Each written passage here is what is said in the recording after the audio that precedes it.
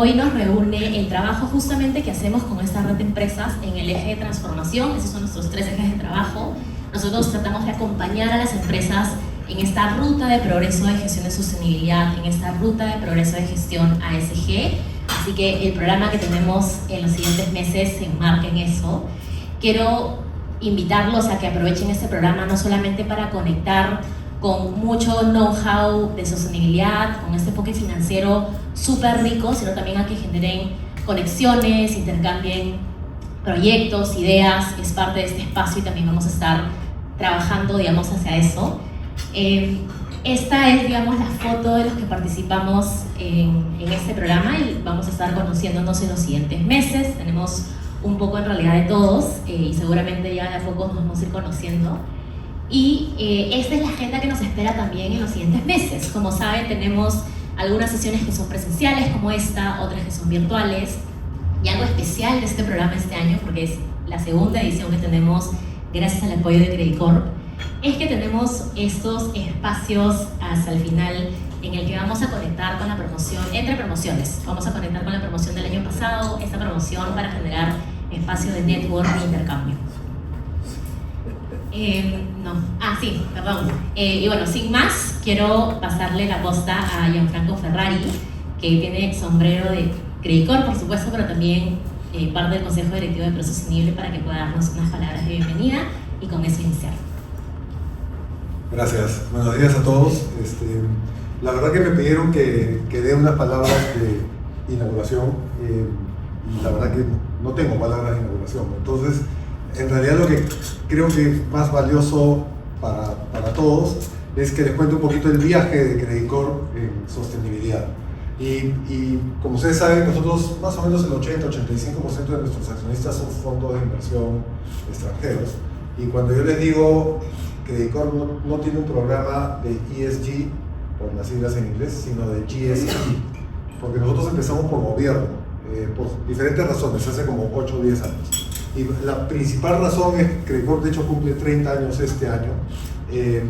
Cuando se crea Credit Corp era BCP, Pacífico Seguros Generales y Atlantic Security Bank, un banco offshore, y 20 años después teníamos presencia en 5 países, 3 o 4 bancos, microfinanzas, seguros en todas las ramas, etc. Entonces habíamos crecido no solamente en tamaño, sino también en complejidad. Y básicamente el esquema de gobierno que teníamos era el mismo.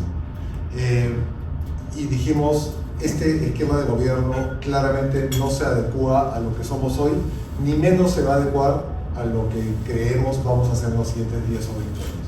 Entonces empezamos un programa de mejora del gobierno corporativo.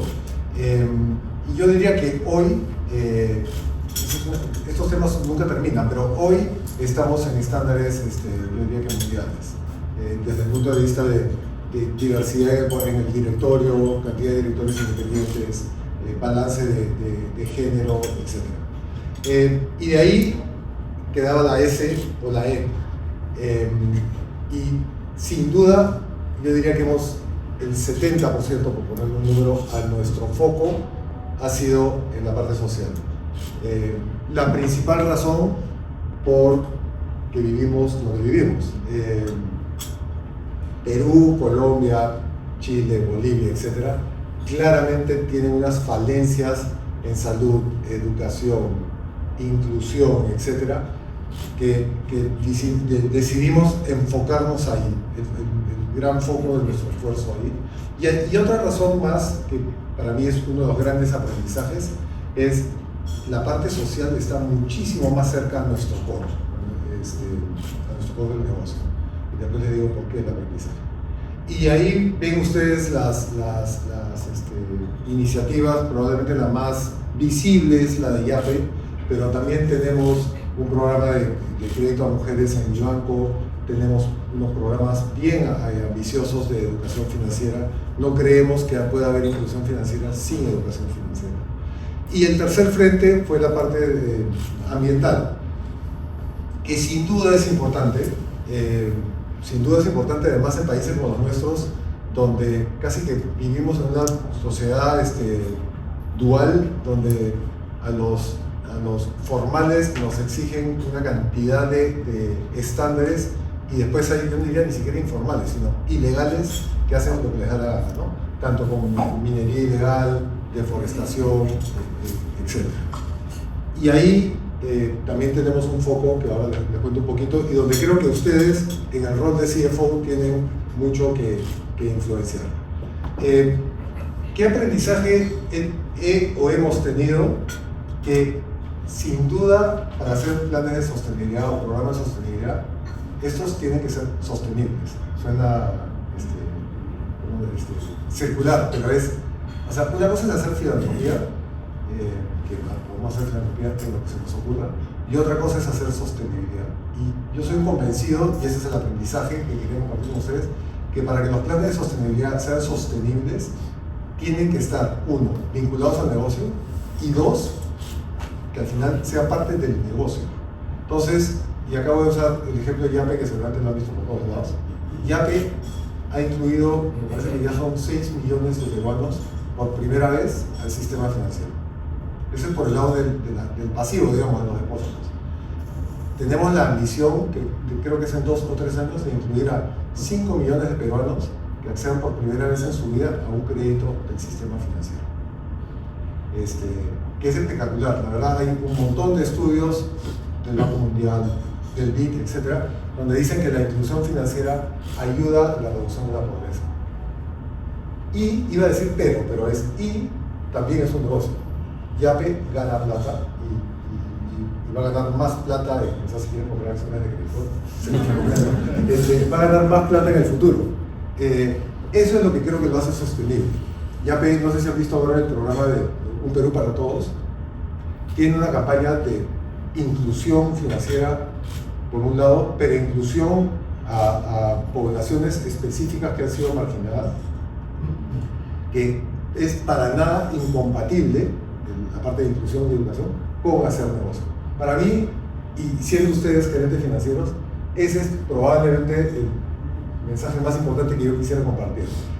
Hay que buscar programas de sostenibilidad que sean sostenibles. Y en nuestra experiencia, seguramente hay otra, pero en nuestra experiencia, esa sostenibilidad al programa se da si el mismo es rentable.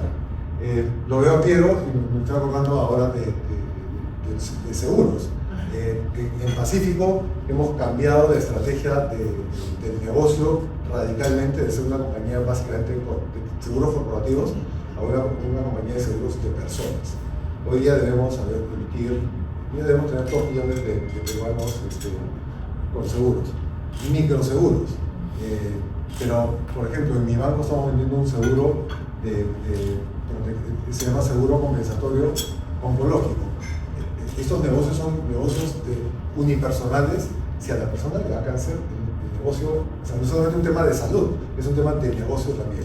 Entonces, encontrar, y otra vez, es inclusión, protección de seguros en ese momento, y a la vez negocio. Eso por el lado social.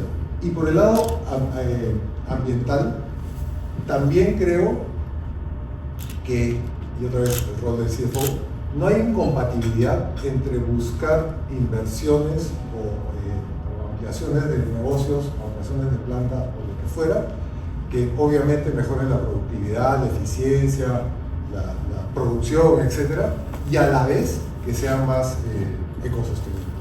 Creo que sin duda es más difícil a veces.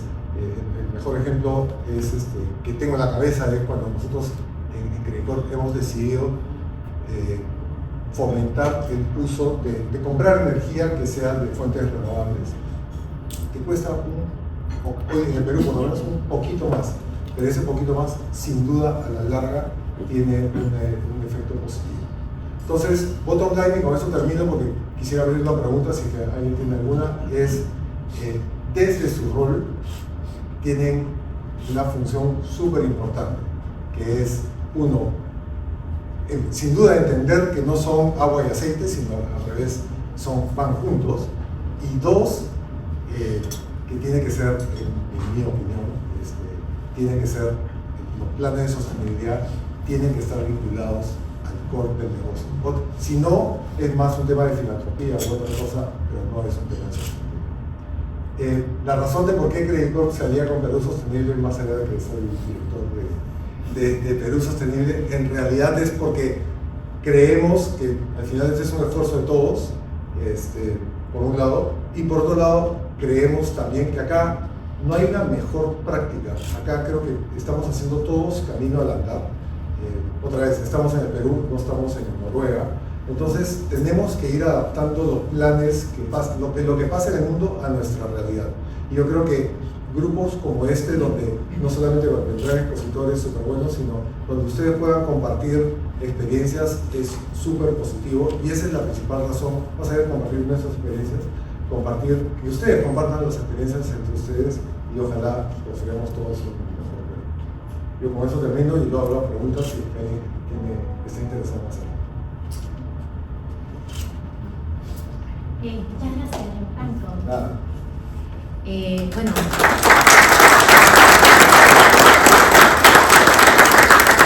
Creemos firmemente desde Perú Sostenible que ese es el camino.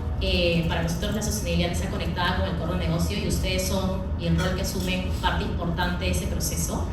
Así que para arrancar, quiero darle bienvenida a Pablo del Arco, director para las Américas de Valero Consultores, que es la consultora que nos va a acompañar en los siguientes meses en este proceso de aprendizaje y conexión. Así que, nada, Pablo. Pues muchas gracias a todos. La verdad es que es muy emocionante estar en la segunda edición. Yo intentaba como acordarme de estas fechas del año pasado, pero es que han pasado tantas cosas que es difícil, ¿no? Pero el año pasado arrancábamos con la necesidad identificada de llevarles pues, el conocimiento sobre las implicaciones que sus roles tienen sobre sostenibilidad a lo largo del año, que pudieran tener pues, la mejor y mayor información disponible para tomar esas decisiones que les corresponden a su rol relacionadas con sostenibilidad. Y espero y creo que el resultado fue satisfactorio de la primera edición y por eso estamos haciendo la segunda. Y también recapitulaba estos días de qué habíamos visto en la primera sesión de contexto el año pasado, donde ya empezábamos a hablar un poco de la controversia que existía en los mercados financieros en torno a sostenibilidad. Y todavía no estaba Trump. Trump segundo mandato. Obviamente teníamos los coletazos de Trump primer mandato, pero no Trump segundo mandato. Y muchas de las cosas que hablamos en ese momento hoy pues está produciendo con mayor incidencia. Entonces va a ser muy importante también la sesión de hoy para que todas aquellas dudas, inquietudes que tengan en torno a sobre si la sostenibilidad sigue estando en la toma de decisiones del mercado financiero o sigue aportando competitividad para las empresas, nos la trasladen y se la trasladen a sus compañeros, a sus pares, porque entre todos vamos a abrir la reflexión al respecto, ¿vale? Desde el punto de vista y como conclusión general antes de que lo vayamos abordando es que la sostenibilidad sí sigue aportando ventaja competitiva, sobre todo porque si vemos el momento actual en la política y las decisiones económicas sobre sostenibilidad, no solo tenemos que mirar al norte, sino que tenemos que mirar también al este, y cuando veamos el contexto europeo o el contexto asiático vamos a ver cómo sigue estando presente y presente de manera incluso cada vez más destacada. Y ahí particularmente relevante la agenda de China, ¿vale?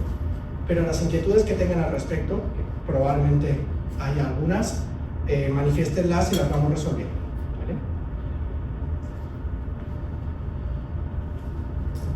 ¿vale? Nosotros hemos planteado este programa y hemos evolucionado de los conceptos del año pasado con algunos cambios a partir del feedback que nos dieron y porque el momento también es diferente, porque ustedes están asumiendo un rol protagónico en sostenibilidad. ¿Significa que ustedes van a coordinar la estrategia de sostenibilidad?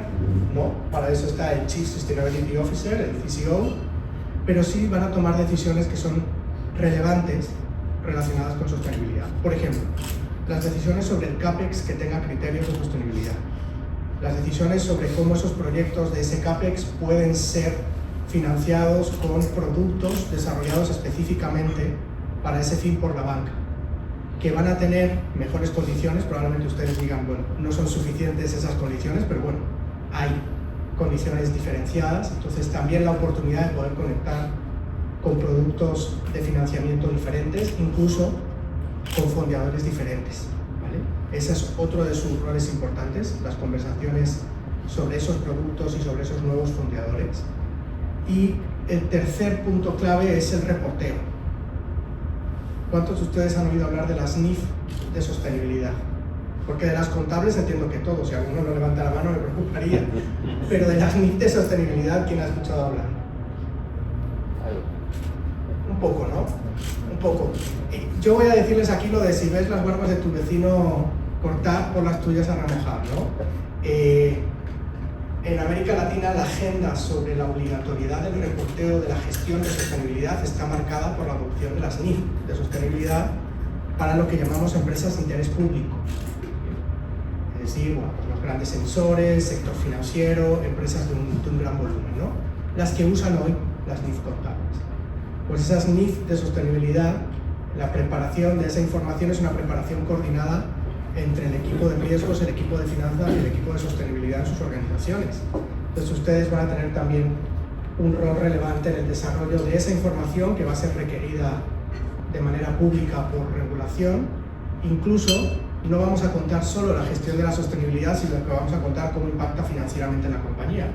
Por tanto, ustedes van a tener también un papel relevante al momento de preparar ese análisis de cómo impacta en la compañía la gestión de los riesgos y oportunidades, de cómo impacta financieramente, ¿vale? Y hoy no son obligatorias en el Perú, pero ya hay fechas de adopción en Chile, 2027, Costa Rica, Brasil, Bolivia, incluso, no siendo un país que tenga obligación de adopción de las NIF contables, para aquellos que tienen intereses económicos allá, o México, ¿vale? Entonces el resto de los países van a ir avanzando al respecto. Esta es la agenda del día de hoy. Vamos a hablar primero de una evolución conceptual. Creo que es importante que nos pongamos de acuerdo sobre algunos conceptos porque muchos de ustedes han oído hablar de responsabilidad social, ¿verdad? De filantropía, de sostenibilidad, de desarrollo sostenible. ¿Cuántos conceptos, no? Muchas veces nos dicen, bueno, ¿y ahora qué te vas a sacar de la chistera, ¿no? Como conejo, ¿cuál es el concepto nuevo que vas a contarnos como consultor para vendernos algo? No. Vamos a ver que no es que nos estemos inventando conceptos con ese fin, sino que tienen diferentes significados, entonces es importante que entendamos cada uno de ellos. ¿Cuáles son los beneficios que avanzar en sostenibilidad tiene en la relación con los diferentes grupos de interés? Es verdad que vamos a hacer un foco especial en el mercado financiero.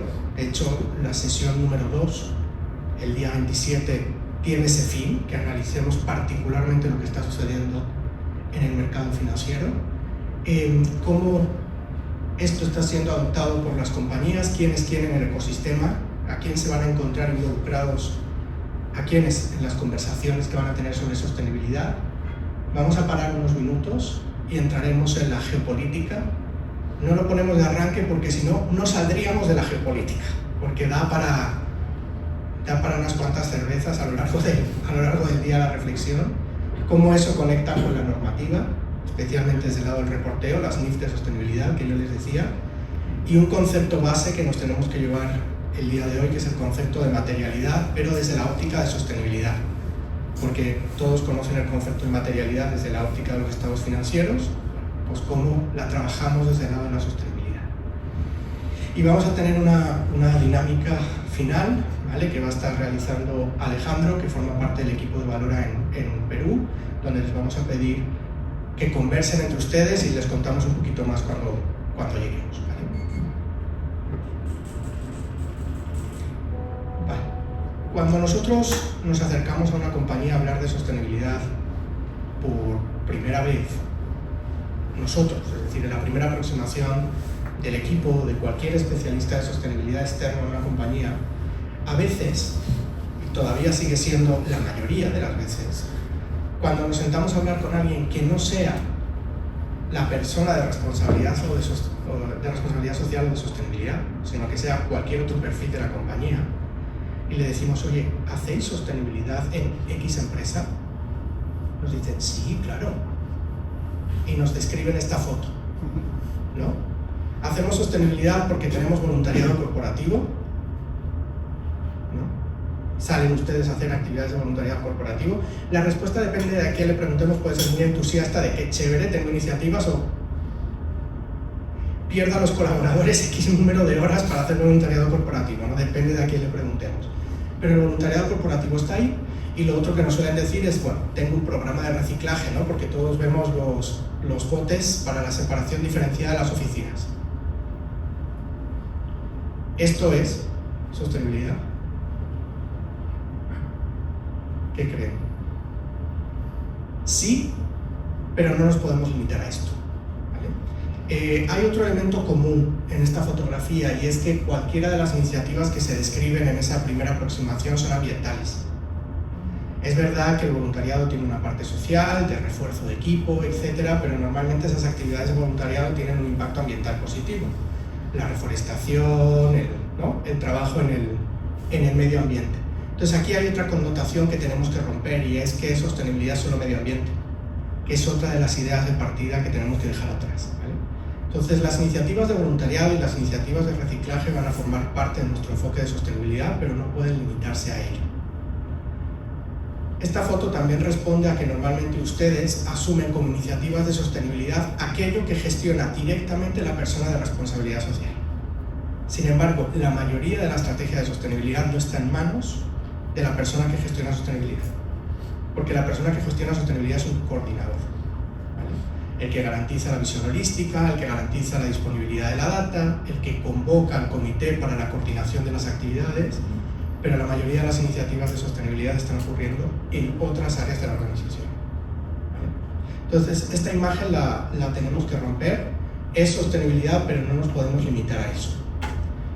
Y para romper esa imagen necesitamos entender cómo evolucionan las organizaciones, ¿vale? Y vamos a evolucionar juntos, como la planta que ven, del lado izquierdo al lado derecho, ¿vale? Normalmente, una organización empieza a hablar de temáticas sociales y ambientales desde el punto de vista de la filantropía y desde el punto de vista de la inversión social. La diferencia entre esos dos conceptos es: en uno le entrego el pescado y en otro le entrego la caña. Es decir, en uno entrego recursos financieros, técnicos, incluso tiempo de mis colaboradores al entorno, a las comunidades y al entorno para atender determinadas problemáticas. Eso es la filantropía. Y en la inversión social, las propias comunidades del entorno pueden plantearme los proyectos. Es decir, ya no es a través de un tercero, sino que las propias comunidades se pueden beneficiar de los recursos que yo les aporte para resolver problemáticas, ¿vale? Ahí están, pues, los fondos concursables que pueden haber visto en sus empresas para que las comunidades planteen proyectos. Pero en cualquiera de esos dos conceptos, las temáticas que se están atendiendo son responsabilidad de ustedes. Todos somos responsables de lo que pasa en cierta manera en el mundo, pero el déficit de infraestructura educativa, de infraestructura vial, de infraestructura de salud, no es necesariamente responsabilidad de ustedes. A lo que voy es que no están atendiendo impactos que ustedes generen. Son problemáticas estructurales del entorno. Las atienden porque ustedes están en una comunidad, no pueden ser ajenos a ella, y si la comunidad se incendia, se queman ustedes, ¿vale? Pero no puede estar el foco principal de la estrategia de sostenibilidad ahí, porque no es donde ustedes están generando los impactos, no es donde está la responsabilidad de la empresa. Por eso tenemos que avanzar. ¿Significa que vamos a acabar con la filantropía y la inversión social? No, pero el foco no está ahí, ¿vale?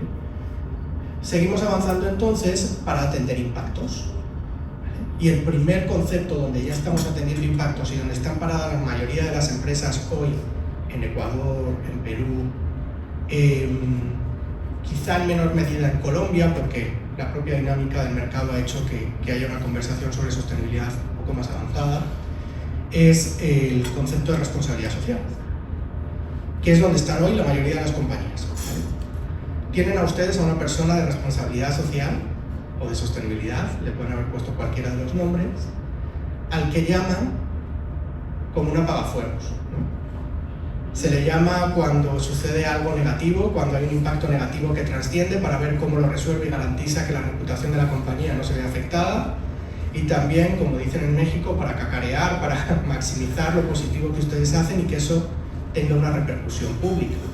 Pero esa persona de sostenibilidad o de responsabilidad social tiene vetados determinados ámbitos. Por ejemplo, no puede cuestionar el modelo de negocio, no puede cuestionar procesos, productos o servicios. Por eso decimos que es un apagafuegos. Es decir, se trabaja sobre los impactos que el modelo de negocio, procesos, productos y servicios de la compañía generen sin cuestionar ese modelo de negocio. Por tanto, es reactivo. Y no queremos quedarnos ahí, porque todos tenemos claro que en lo reactivo no está el medio y el largo plazo. Necesitamos avanzar un paso más, que es esta creación de valor integral. Ahí la persona de sostenibilidad es un coordinador, pero todas las áreas de la compañía han entendido que hay componentes ambientales y sociales en sus procesos, en los productos y servicios que dependen de esas áreas. Y por tanto lo van a trabajar desde la etapa de diseño, pero no lo van a trabajar en de sostenibilidad, lo van a trabajar en las áreas que tienen a cargo esa parte de la gestión de la compañía, impulsados, coordinados, asesorados por la persona de sostenibilidad. Pero ya tenemos una visión transversal de la sostenibilidad. Y es aquí donde queremos llegar, y por eso están ustedes aquí, porque también desde las áreas de finanzas y desde los equipos de negocio hay que trabajar en sostenibilidad, ¿vale? Hay que repensar modelos de negocio, productos y servicios, pero no por un tema dogmático, sino por un tema de supervivencia del negocio en el medio y en el largo plazo, porque vamos a ver que hay riesgos emergentes significativos que nos pueden condicionar esa evolución si no los atendemos ahora. Entonces, esta es la evolución que queremos. Y es una evolución para atender impactos. Y el objetivo que queremos alcanzar al final es otro de los conceptos que han escuchado, que es la sostenibilidad. La continuidad de la compañía en el tiempo. Entonces ya hemos visto dos conceptos, responsabilidad social y sostenibilidad, de los que ustedes podían haber escuchado antes de la sesión de hoy. Cuando nuestro objetivo de sostenibilidad como empresa se suma al objetivo de sostenibilidad de la empresa vecina, de nuestros proveedores, de nuestros distribuidores, incluso el propio nuestro como individuos, entonces hablamos del objetivo de desarrollo sostenible. Que ese es el meta objetivo de sostenibilidad. Es la sostenibilidad del planeta. Lo otro es la sostenibilidad de ustedes como organización o la nuestra como individuos. ¿Vale? Entonces aquí está el otro concepto que probablemente ustedes habían escuchado, que es el de desarrollo sostenible. Entonces tenemos claros y situados ya esos tres conceptos que probablemente tenían más presentes, de responsabilidad social, de sostenibilidad y desarrollo sostenible. Bueno, todos estos conceptos que hemos hablado hasta ahora están basados en impactos, ¿verdad?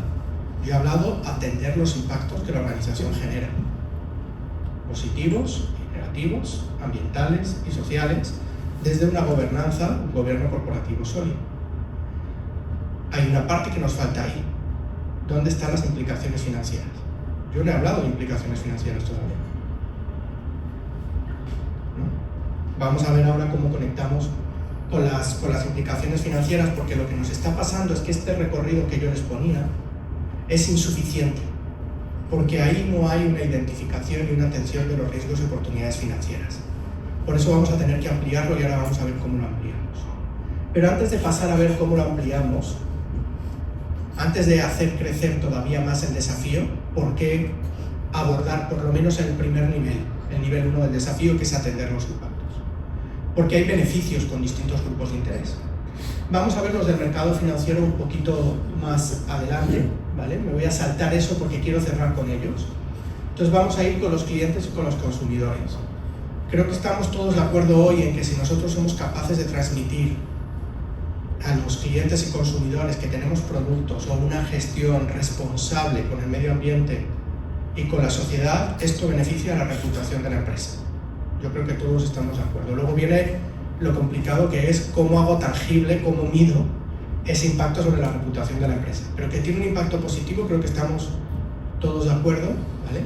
Más allá de lo que sucede puntualmente en Estados Unidos con determinadas presiones sobre determinadas empresas, que ahora lo veremos, ¿vale? Pero en el general global tiene un beneficio positivo. Es verdad que tenemos una dificultad en América Latina frente a los mercados europeos, y justo salía, ¿no?, a la referencia a Noruega o a Suecia, a los países nórdicos. Antes, el consumidor latinoamericano está en un momento de desarrollo económico donde no necesariamente está dispuesto a pagar más por un producto que tenga atributos sostenibles. No les estoy diciendo nada que no sepan, ¿no? Las decisiones de compra están influidas todavía por otros elementos. Para empezar, el nivel de desarrollo socioeconómico promedio pues es inferior. Por tanto, no le podemos pedir al conjunto de la población, a la parte que está en la zona central de la campana de Gauss socioeconómica, que invierta más en un producto sostenible. Sin embargo, sí hay una parte, una clase media alta, sobre todo una clase media emergente, que sí está dispuesta a pagar más, sobre todo las generaciones, como ahora veremos, que se están incorporando como consumidores. Entonces hay un nicho de mercado. Si yo genero un portafolio de productos sostenibles, puedo atender ese nicho de mercado, pero no tenemos que pensar solo en ese nicho de mercado. Es que además tiene una influencia positiva sobre el resto del portafolio. Porque a lo mejor yo como consumidor no estoy dispuesto a pagar más, pero tampoco le quiero comprar a una empresa que no tenga productos sostenibles o que no me haya mostrado sus prácticas. Probablemente yo seguiré comprando el producto tradicional, pero me deja más tranquilo y puede influir en mi decisión de compra saber que sí está preocupado porque está desarrollando otra parte de su portafolio, porque está evolucionando. Entonces puede tener una influencia positiva sobre otra parte del portafolio de los productos. Y lo más importante es que nos están obligando los consumidores en esta evolución más o menos incisiva en función del país a repensar nuestros modelos de negocio. Y esto a lo mejor no se lo han planteado como relacionado con temas ambientales o sociales, pero tiene implicaciones ambientales o sociales. Evoluciones que estamos viendo y que son significativas. Yo creo que la más importante es que estamos asistiendo a un cambio en el paradigma de tener a disfrutar. Y aquellos que sean padres, y sobre todo padres de generaciones un poco más avanzadas, que ya toman decisiones de consumo, lo estarán viendo. Quizá en Latinoamérica un poquito menos, porque todavía tenemos esta idea de poseer el bien, pero ya no queremos un auto, no necesitamos tener un auto, necesitamos disfrutar el auto, no necesitamos tener una vivienda, necesitamos disfrutar de la vivienda. Entonces pasamos de modelos de compra a modelos de renting, y eso hace repensar los modelos de negocio. Otra cosa, lo que antes votábamos en nuestras industrias, hoy, si somos capaces de identificar su valor y de consolidar cadenas que lo aprovechen, lo que antes pagábamos porque se lleven, hoy puede ser que nos lo compren, si somos capaces de montar bien el modelo. Y ahí tenemos un beneficio económico por algo que antes era un gasto. Entonces, si repensamos modelos de negocio, puede ser que encontremos soluciones interesantes. ¿Sí? Okay. En el caso de la relación con los proveedores, cuando nosotros pensamos en trabajar sostenibilidad y en elevar nuestros estándares, no nos quedamos en la puerta de nuestra casa. Porque gran parte de lo que sucede desde el punto de vista social y ambiental está ocurriendo en nuestras cadenas de suministro.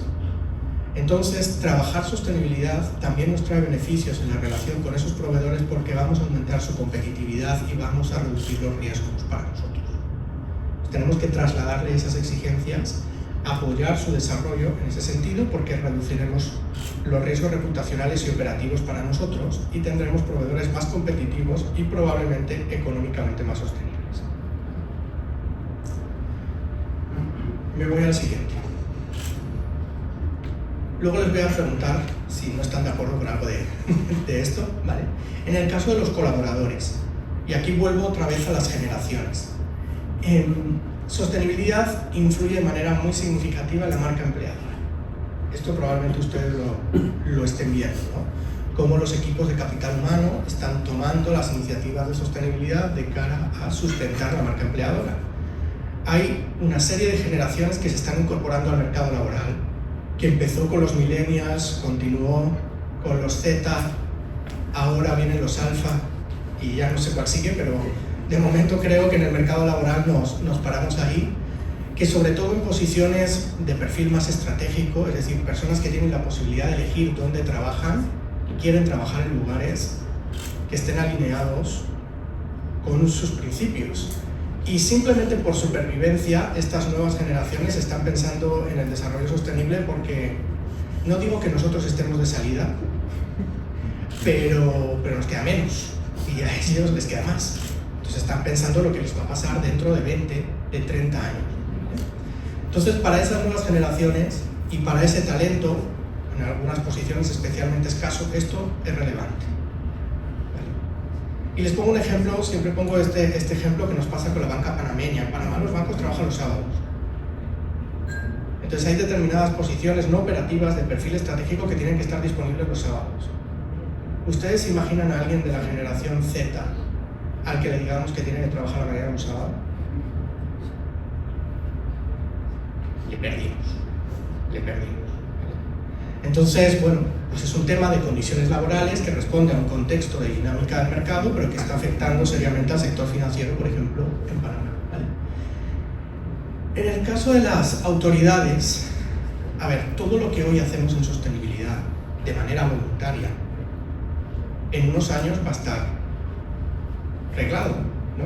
Primero va lo voluntario y luego viene la norma, y lo habrán podido ver, ¿no? Regulaciones de plásticos de un solo uso, regulaciones en algunos países para establecer sistemas de cuota de género, caso de Ecuador, caso de Panamá, por supuesto Europa, cosas que voluntariamente primero estaban haciendo las empresas y luego se han convertido en regulación. Si nosotros avanzamos voluntariamente antes de que la regulación llegue, cuando la regulación llega nosotros estamos mejor preparados. Y eso significa que el costo de la adaptación va a ser menor.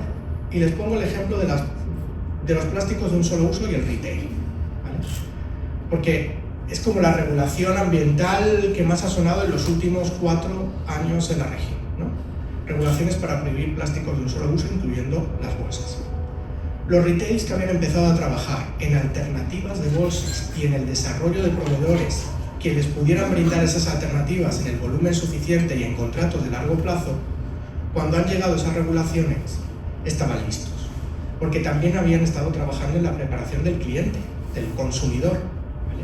Que entendiese que ya no iba a disponer de la bolsa.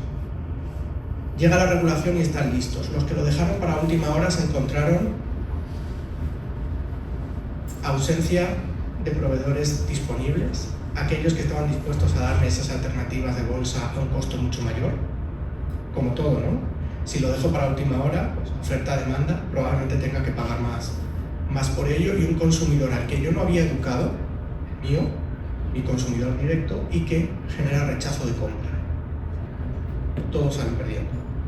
Entonces, es un ejemplo como muy claro de cómo prepararse beneficia. Y también avanzar en sostenibilidad tiene una ventaja en la relación con las autoridades por el cumplimiento legal. El cumplimiento legal es el piso. O sea, sostenibilidad no es cumplimiento, es ir más allá del cumplimiento, es la excelencia. Pero es como cuando estaban ustedes en la universidad, ¿no? Cuando estábamos todos en la universidad, si yo estudiaba para el aprobado, podía pasar algo y acababa suspendiendo, pero si yo estudiaba para la matrícula de honor, si algo pasaba me quedaba en el sobresaliente, ¿vale? Pues aquí sucede lo mismo. Si yo me pongo prácticas muy por encima de la regulación por las razones que estamos viendo, pues obviamente reduzco el riesgo de multas y sanciones. Y para la sociedad en su conjunto, ustedes han escuchado hablar de la licencia social para operar. ¿Alguien ha escuchado el término así, como tal? ¿No? Y cuando yo les digo protestas y cortes que dificultan la operación de las mineras o las industrias extractivas, bueno, eso es la licencia social, ¿no? Es decir, empresas que tienen todos los permisos posibles, están operando dentro de la legalidad, pero no han generado un diálogo, no han tenido un diálogo satisfactorio con las comunidades del entorno, y eso puede generar dificultades de operación. Pensamos siempre en la minería, especialmente en un país como Perú, ¿no? Que está dentro de sus sectores clave de la economía, pero la licencia social para operar también le pasa a la banca y también le pasa a retail. Cuando hay un contexto de conflictividad social, son sectores que también se ven altamente afectados. Entonces, por eso, trabajar sostenibilidad y trasladarlo a las comunidades, involucrar a las comunidades, nos genera esa relación positiva, ese beneficio de la duda, que cuando hay un conflicto social, bueno, podemos resolverlo de mejor manera que si hemos estado de espaldas a ellos. ¿Sí? ¿Hay algo de lo que hemos visto que ustedes me digan? No, me suena charlatán, no lo veo tanto en la realidad. ¿No? Vamos a ver qué pasa con el mercado financiero ahora. Al mercado financiero, y cuando yo hablo de mercado financiero hablo de calificadoras, inversionistas, gestores de activos que puedan ser parte de mis inversionistas, y fondeadores que me vayan a prestar la plata, ya sea localmente o en el exterior. Están preguntando por sostenibilidad. ¿Están preguntando por cómo yo atiendo los impactos? Bueno, algunos de ellos sí. Por ejemplo, un banco de desarrollo multilateral que tenga con ustedes una línea de crédito, obviamente le importa el impacto, está dentro de su naturaleza. Pero incluso un banco de desarrollo multilateral antes es banco que de desarrollo multilateral. Entonces, el impacto va a ser secundario, aunque le importa, porque lo primero que le preocupa, ¿qué es? La estabilidad financiera de la compañía. Es decir, que ustedes tengan identificados los riesgos y oportunidades y los estén atendiendo. Y parte de los riesgos y oportunidades financieras de la compañía están relacionados con temas ambientales y sociales. Por eso les están empezando a preguntar por sostenibilidad esos interlocutores. ¿Vale? Por eso las calificadoras globales compraron las calificadoras ASG y las integraron dentro de sus sistemas de evaluación. Y por eso hoy una compañía que tiene mejores prácticas de sostenibilidad y puede demostrarlo, para ese perfil de interlocutor es una compañía más sólida, menos riesgosa, y asociado a eso hay una serie de beneficios, que puede ser, por ejemplo, una mejora en las condiciones financieras. La que quisiéramos, vuelvo a la antes de que ustedes me peguen, me pego yo solo, ¿vale? Obviamente pueden ser mejorables, sí, pero al ser ustedes una compañía menos riesgosa, pues se pueden negociar condiciones diferentes, ¿vale? Entonces, a ese mercado financiero, si bien le interesan los impactos, lo principal es que le demostremos que estamos identificando los riesgos y oportunidades financieras. Y trabajar las dos cosas, los impactos para el resto de nuestros grupos de interés y los riesgos y oportunidades financieras relacionadas con sostenibilidad para el mercado financiero, es lo que nos va a permitir la sostenibilidad en el tiempo. Necesitamos los dos recorridos, ¿vale? Porque si no la sostenibilidad se cae. ¿Alguna duda? ¿Alguna reflexión? Esto también es terapia, ¿eh? O sea, nos podemos terapear entre nosotros. Bueno, vamos entonces un poquito más rápido. El hecho de que el mercado financiero se esté preocupando por sostenibilidad nos lleva a la generación de un ecosistema complejo. Esta diapositiva tiene un objetivo claro: asustarles, ¿vale? No tienen que saberse todas las siglas, ni mucho menos. Vamos a ver cómo está organizado, pero sí que sepan que se está montando un ecosistema complejo. ¿Quién es clave en ese ecosistema? Pues los principales son los que ven en el centro, son los desarrolladores de los marcos y los estándares de reporte, que los vamos a ver, vamos a tener una sesión un poco más enfocada en entender, ¿vale?, quiénes son esos actores, pero el mercado financiero, las calificadoras, los fondeadores, etcétera, están tomando decisiones principalmente en base a información pública. Entonces yo necesito que esa información pública esté ordenada y sea comparable. Y por eso los desarrolladores de los marcos y estándares son clave.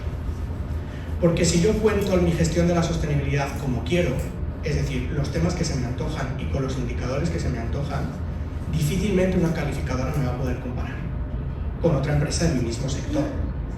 Por eso necesitamos que haya procesos sistemáticos detrás para definir qué temas tengo que gestionar, por tanto, de qué temas tengo que informar y cuáles son los indicadores que voy a utilizar. Los desarrolladores de los marcos y estándares en el centro. De hecho, las regulaciones están pidiendo ya, no solo piden información pública de sostenibilidad, sino que piden información pública de sostenibilidad con determinados marcos y estándares para que la información esté ordenada. Obviamente estamos los consultores que les ayudamos en el proceso, están los auditores.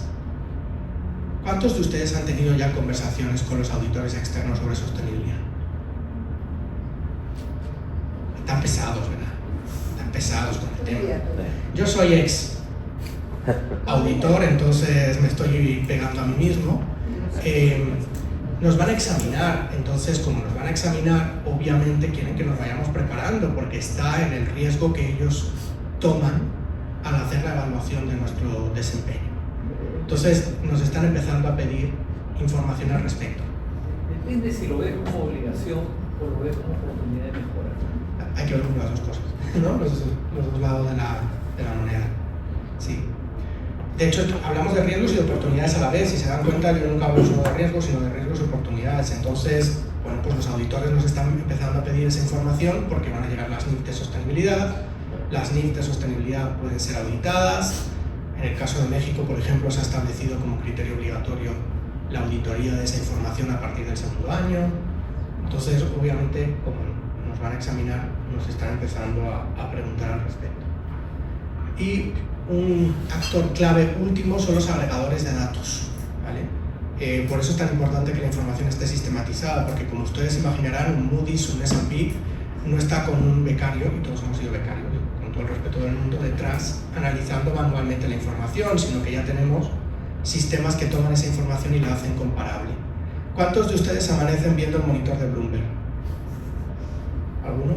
¿O soy yo que soy un workaholic?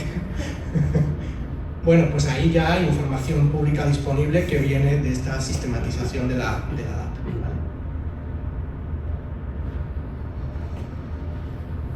¿Cómo están? ¿Preocupados? A ver. Tengo una pregunta, Díaz. Esas NIF de sostenibilidad, ¿realmente en cabeza de quién queda en la empresa? En los 2 sitios. Muy buena pregunta. Nos estamos adelantando a la sesión, pero lo vemos. ¿Quién va a trabajar las NIF de sostenibilidad dentro de una empresa? Si quieren contextualizo un poquito las NIF, solo para que entendamos, igual me estoy adelantando, pero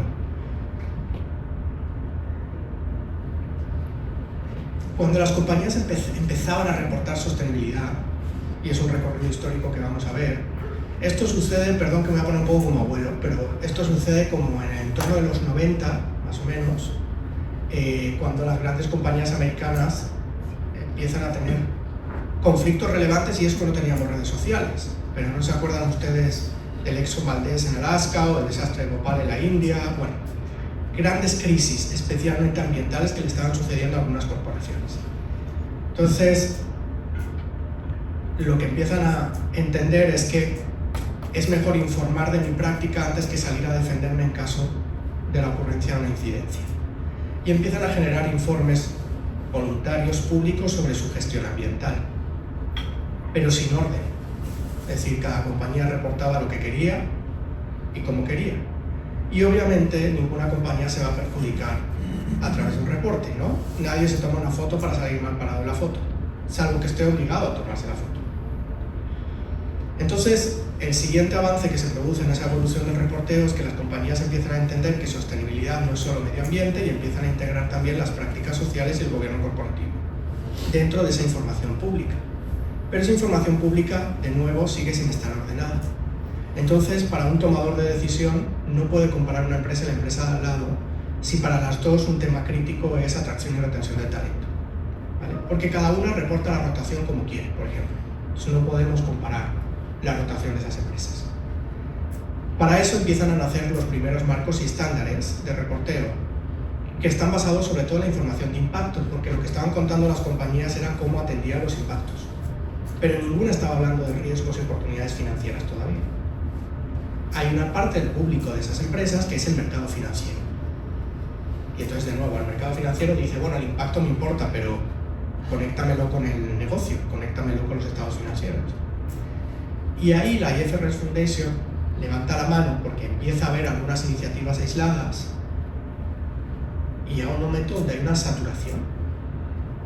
Es decir, pasamos de no tener iniciativas para estandarizar la información a tener 25 iniciativas para estandarizar información. Y entonces las empresas empiezan a encontrar una situación de estrés, de tengo que usar las 25, porque entonces me dedico 9 meses del año a reportar, no a gestionar. Entonces la IFRS Foundation levanta la mano y dice, oye, pongo orden, igual que puse orden en la información contable, pongo orden en la información de sostenibilidad. Acepta toma el guante, ¿vale? Hace un proceso de consulta pública, se le dice que sí, y empieza a desarrollar las normas. Hoy tenemos las 2 primeras normas, voluntarias en el Perú, con escenarios de obligatoriedad, en Chile, Brasil, Costa Rica, El Salvador, que no me había olvidado, Bolivia y México. Y vendrán, obviamente, el resto de los países. Esa información, cuando veamos las NIF, que las vamos a ver, esa información es una información que está especialmente relacionada con cuáles son los principales riesgos y oportunidades financieras, cuál es la exposición financiera que para la compañía supone y cómo se gestiona. Eso es, ¿vale?, el principal grueso de información. Si ese es el principal grueso de información, ustedes ya están pensando en sus organigramas y en quién tiene esa información. ¿Vale? Para la identificación de los riesgos y oportunidades necesitamos un activo involucramiento del equipo de riesgos. ¿Está claro? Vale. Para determinar cómo esos riesgos influyen en los estados financieros necesitamos la participación del equipo de finanzas. Y para contar la gestión necesitamos al equipo de sostenibilidad, que es el que está consolidando la información de gestión de la compañía. Esos tres es como lo que nosotros decimos como el triángulo clave para la adopción de las NIF de sostenibilidad dentro de una compañía. Entonces la recomendación inicial es montar un grupo de trabajo para que se empiecen a hablar, porque en muchas ocasiones no se hablan con la fluidez necesaria, y entre los tres se monte la hoja de ruta para la adopción y se monte el grupo que también va a supervisar los avances y la información que finalmente vea la luz. Entonces es una gestión al menos de esas tres áreas.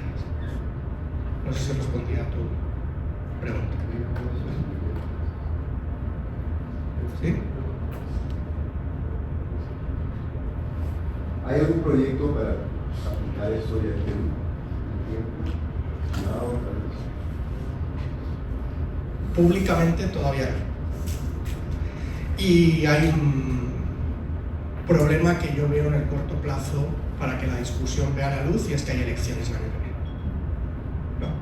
Entonces puede ser que entremos en un periodo de stand-by.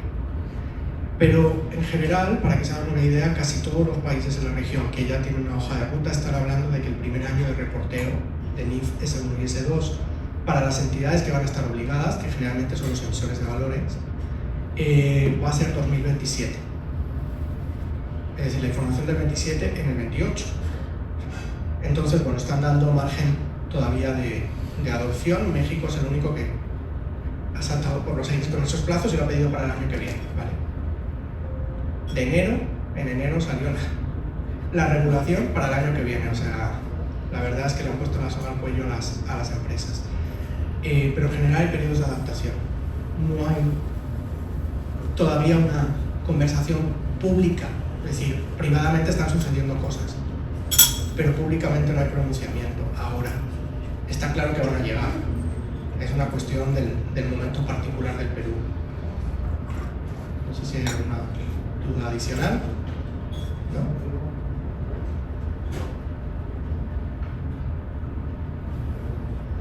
Vale. ¿Avanzamos? ¿Les parece? Venga. ¿Qué está pasando a nivel global en torno a sostenibilidad? ¿Sí?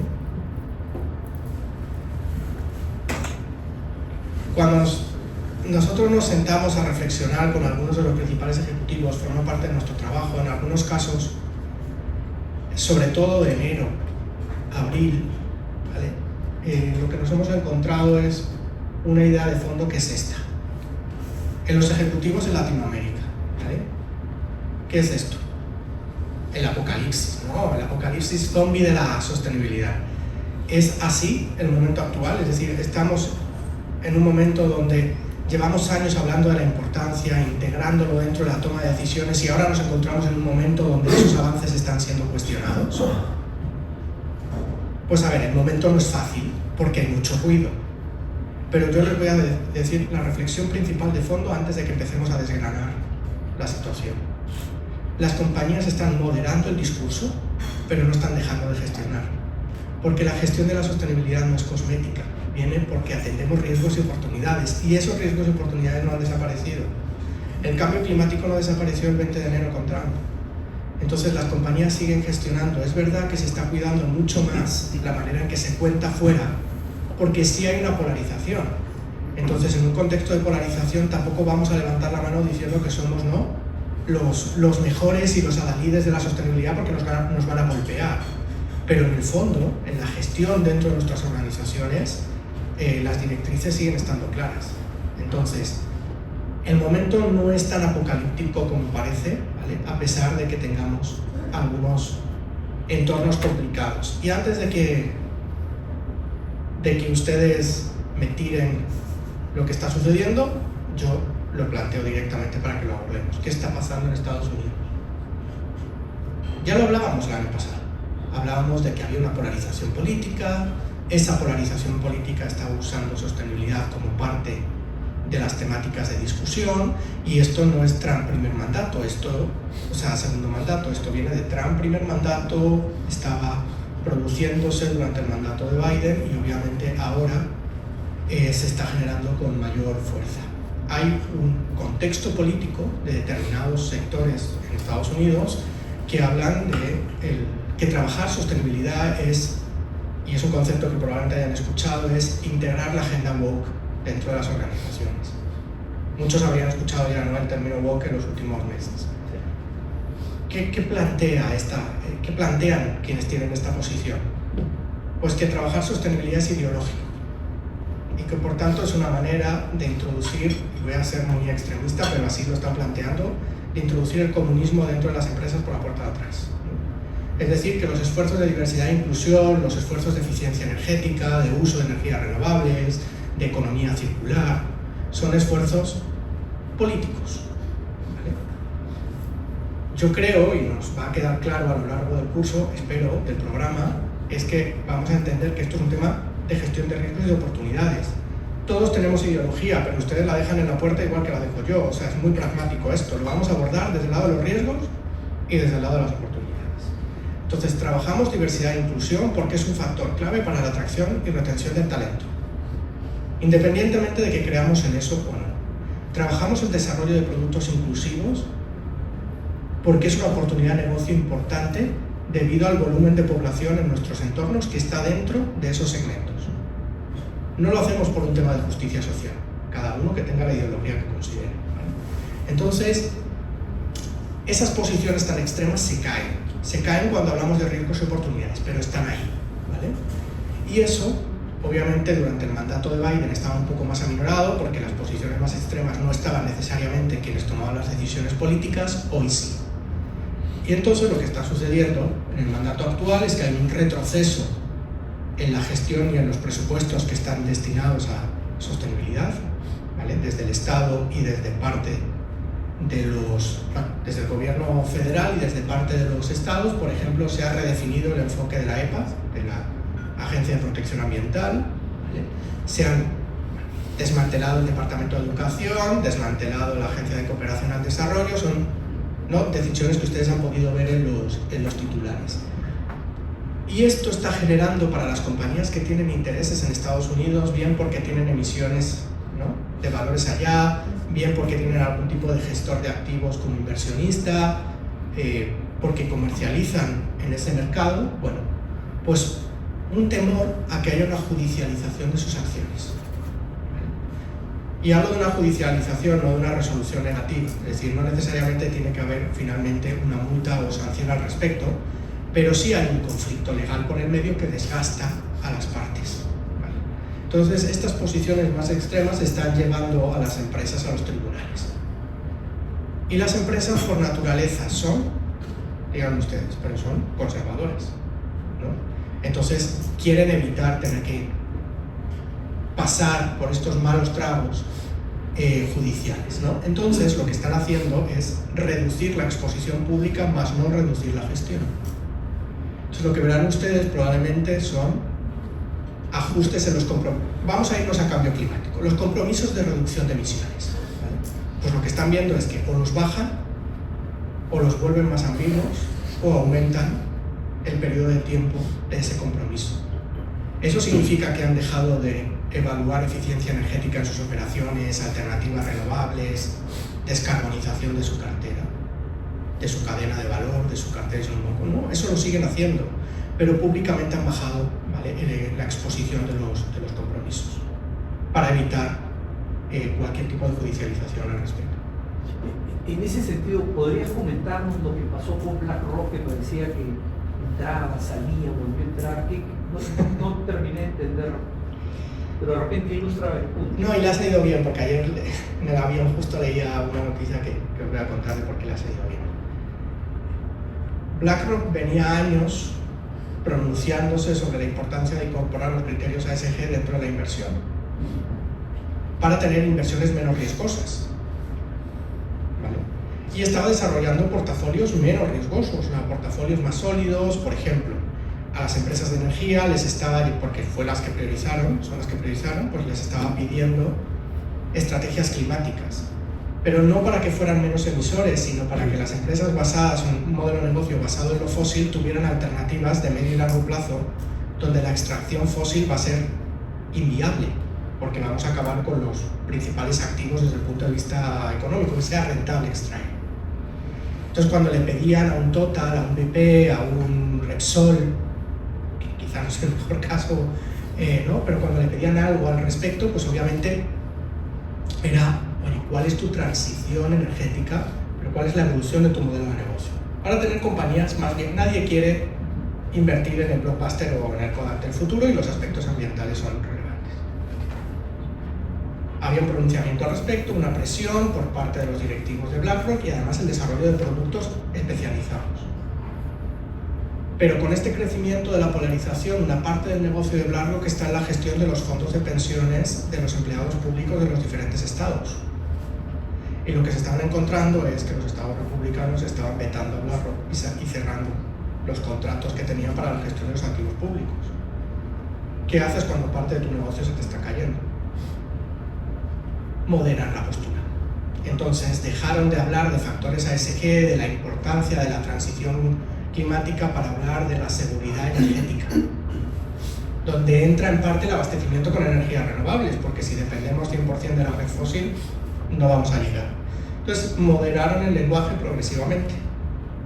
Y lo que ha pasado es que han moderado el lenguaje y los productos que estaban etiquetados le han quitado la etiqueta, pero no le han quitado los factores. Es decir, se siguen evaluando con criterios ASG, pero no se llaman ASG, para que no les judicialice. ¿Sí? Entonces, de fondo se sigue produciendo, en lo público se ha moderado el discurso y les ha salido bien. Texas acaba de quitarles de la lista negra y vuelven a ser proveedor bien visto para la gestión de los fondos estatales. Entonces, esa es la razón principal. Pero también les ha salido bien en ese sentido, pero les está saliendo mal en otro. Hay una parte de los grandes inversionistas que estaban utilizando a estos gestores de activos que están sacando el capital de los fondos americanos para llevárselo a los fondos europeos. Porque como han moderado el lenguaje, si tú te pones a rascar, sigues viendo que hay factores ASG aplicados, pero si te quedas en la superficie parece que ha habido un retroceso. Entonces hay grandes inversionistas que están sacando y se están yendo, pues están cerrando sus opciones en BlackRock y las están metiendo en la Amundi, porque los gestores europeos siguen con una agenda sólida. Entonces, quien tenía en la mente de que quiere ese producto o gestores que apliquen estos principios, porque de esa manera la cartera es más segura, se están yendo a los gestores europeos. Y eso se está produciendo, ese traslado de capital se está produciendo. ¿Vale? Conclusión, como estaba diciendo antes, en la forma vamos a ver cambios, en el fondo no. ¿Vale? Pero sí es verdad que está ese riesgo de judicialización y de pérdida de oportunidades de negocio, particularmente con las entidades públicas, y por eso están bajando el discurso. Probablemente ustedes habían escuchado hablar de un concepto que es el greenwashing, ¿no? Ustedes habían escuchado, ¿no? Veníamos de años donde las empresas estaban exagerando, ¿no?, sus atributos ambientales, especialmente, pues para conseguir esta mejora en la reputación y esos beneficios que yo había ido señalando. Y ahora lo que nos estamos encontrando es un fenómeno contrario que se llama greenwashing, que no sé si habían llegado a escuchar todavía. Es este fenómeno donde yo lo sigo gestionando pero no lo cuento, ¿vale? Modero mi postura pública. Lo sigo gestionando porque hay una razón de riesgos y oportunidades detrás, que es la que me lleva a la gestión. Pero modero el discurso público para evitar la judicialización o para evitar determinadas controversias. Eso es el greenwashing y eso es lo que está produciendo con las compañías americanas. Especialmente en un término de nomenclatura. Un ejemplo es la nomenclatura. Si uno agarra un reporte de Walmart, ¿vale?, de hace 2 o 3 años, verá que decía reporte ASG. ¿Vale? Hoy agarra un reporte de Walmart y dice reporte de sostenibilidad y gobernanza corporativa, porque el acrónimo está maldito, pero la información de gestión sigue estando ahí, ¿vale? Y ustedes verán que sí, que hay posturas, habrán escuchado, Walmart baja sus políticas de diversidad e inclusión, etc. Bueno, sí, vale. Quitan a la posición, porque cuando uno ve en un organigrama que dice gerente de diversidad e inclusión, puede tener problemas, pero quitan las políticas, quitan lo core de diversidad e inclusión, no.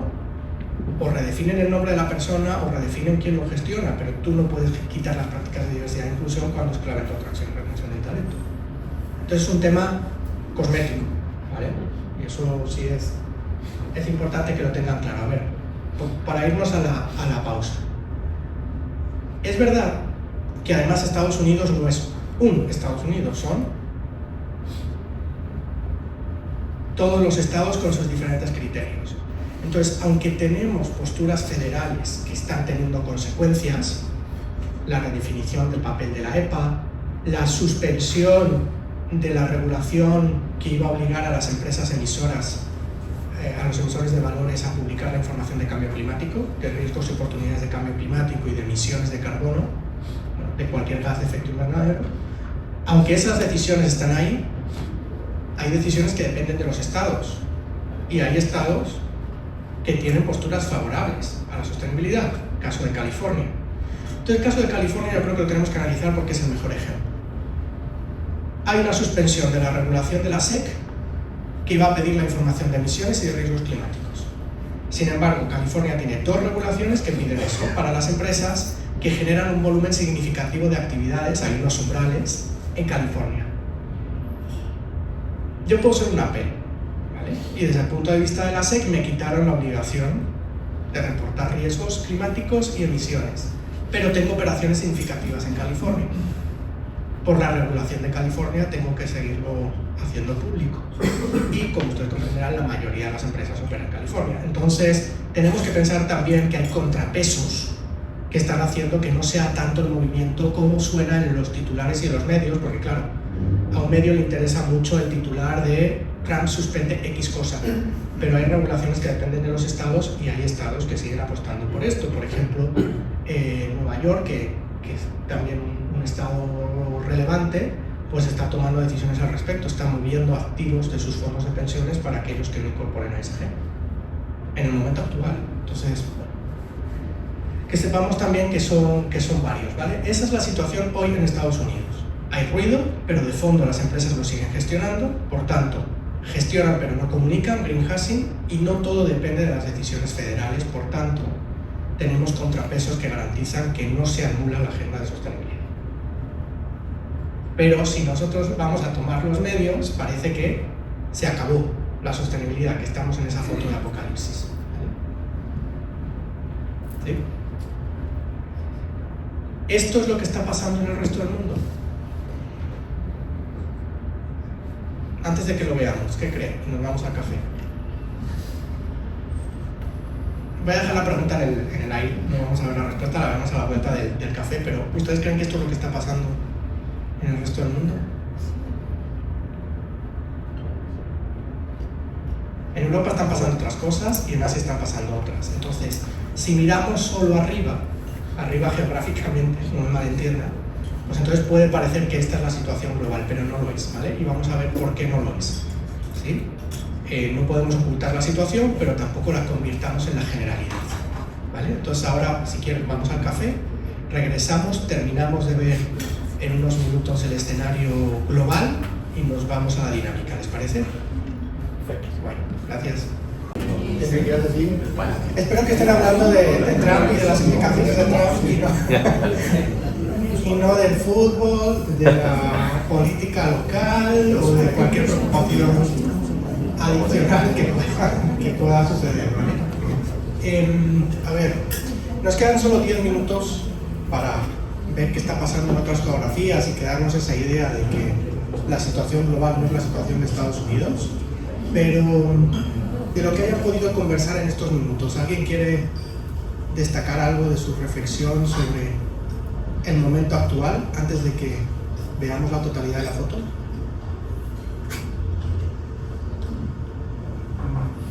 ¿No? No, solamente como... ¿Por qué Trump tiene una acogida? No es solo un pensamiento propio. ¿Cuánto tiempo tenemos? Ha encontrado una debilidad o algo que no iba bien por el otro lado. ¿No? Por algo tiene esa llegada. Pero la macroeconomía iba mal.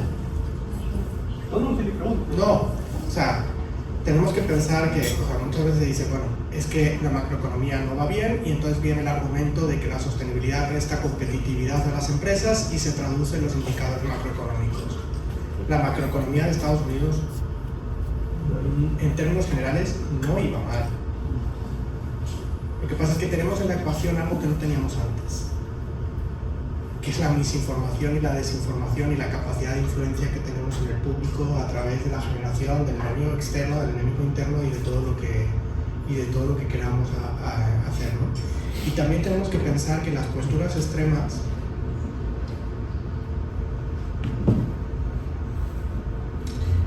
si la economía fuera mal, realmente, o sea, si hubiera un colapso del sistema, no estaríamos teniendo estas conversaciones.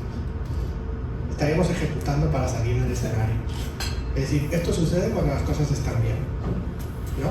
Es como me dicen en casa, mi familia es ecuatoriana, entonces en mi casa cuando hay determinadas conversaciones al respecto me dicen problema de ricos, ¿no? Y me lo tiran a mí, que yo nací allí, pero de rico nada. Nací del otro lado, pero de rico nada. Entonces me dicen problema de ricos. Yo lo resumiría así, problema de ricos. Pero la macroeconomía va bien, o sea, no podemos justificar que la polarización política de Estados Unidos tuviera que ver con la macroeconomía. Más bien yo creo que tenía que ver con un déficit de asistencia de determinadas necesidades que estaban pasando en algunos segmentos poblacionales. Tradicionales votantes de la izquierda, hoy votantes de la derecha, si es que hay izquierda y derecha en Estados Unidos, que también es algo que podríamos conversar. Pero creo que es interesante la pregunta, en el sentido, y cómo lo veo yo, ¿no? De que efectivamente, como tú bien mencionas, la economía iba bien, esto iba andando, todo el mundo habla del ESG, porque estamos sentados aquí. Sin embargo, sale Trump y dice, yo no comulgo con esto y todo el mundo se sube a eso, creo que a eso va, ¿no? No es que veamos esto como que necesitamos el ESG para que se siga manteniendo bien, sino que de alguna manera también en el mundo no lo ven tan asociado. Pero es que el ESG ya está. No lo puedes desconectar de la ejecución actual de los negocios. No, de acuerdo, sino que un poco de repente la pregunta es, se baja el existe discurso. gran parte que todavía no está tan interiorizado con eso, ¿no? Pero se baja el discurso. A ver, se baja el discurso y luego otra cosa que pasa es que hay todavía determinados ejecutivos que piensan que trabajar ESG es un esfuerzo adicional, ¿no? Que aplicar criterios ESG es un esfuerzo adicional. Si nosotros rascamos lo que hacemos hoy dentro de nuestras compañías, cuando nosotros vamos a construir una estrategia de sostenibilidad, el 70% de las iniciativas ya existen dentro de la compañía. Pero si no, la compañía no existiría. Lo que pasa es que nadie las había etiquetado como de sostenibilidad porque veníamos de la idea del voluntariado y del reciclaje. Pero nosotros no vamos a montar iniciativas de sostenibilidad. Nosotros vamos a potenciar el componente de sostenibilidad de las iniciativas que ya tienen una razón de ser.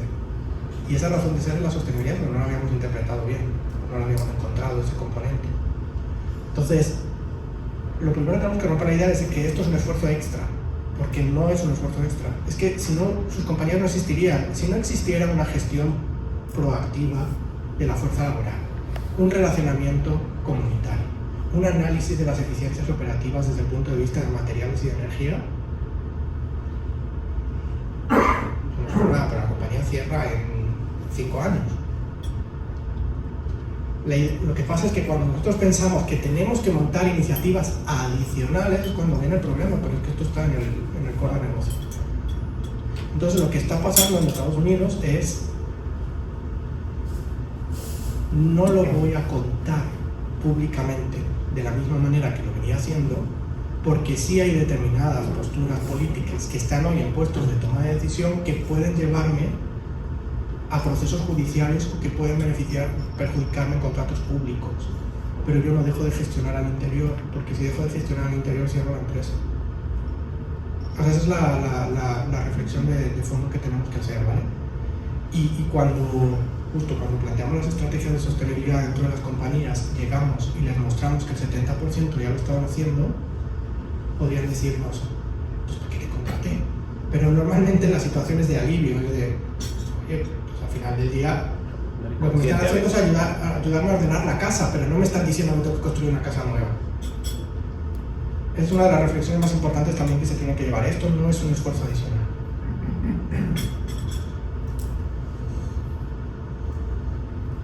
Vamos con Europa.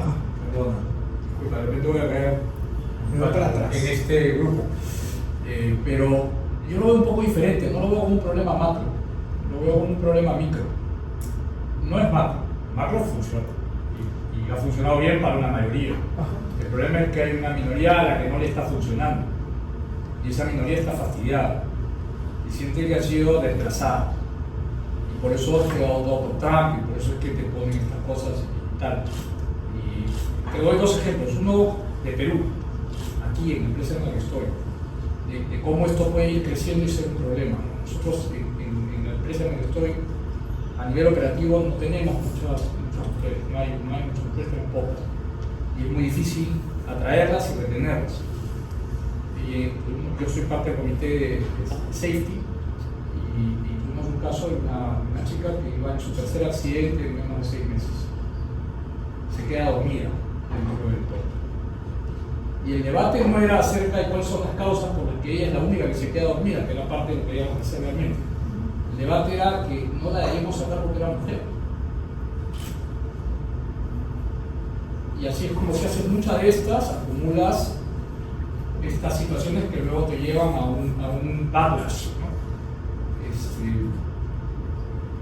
Y el otro ejemplo que te doy, esto es, no, obviamente la chica salió de la operación y eventualmente de la empresa porque no era tan bueno. Lástima. Y es más meritocrático que ser hombre o ser mujer o lo que fuera. Y el otro ejemplo que te puedo dar es, mi hermano es americano, mi familia, casi todos son americanos. Yo no soy americano. Mi hermano vota republicano y vota por Trump. Es un paradigma de y su argumento fundamental es lo que me costó ser americano. Para que vengan unos mexicanos a tratar de convertir este país en México. Y eso no va a pasar. No conmigo aquí. Es rarísimo, pero esa es su posición. Y ahí tienes a Trump. Entonces es más micro.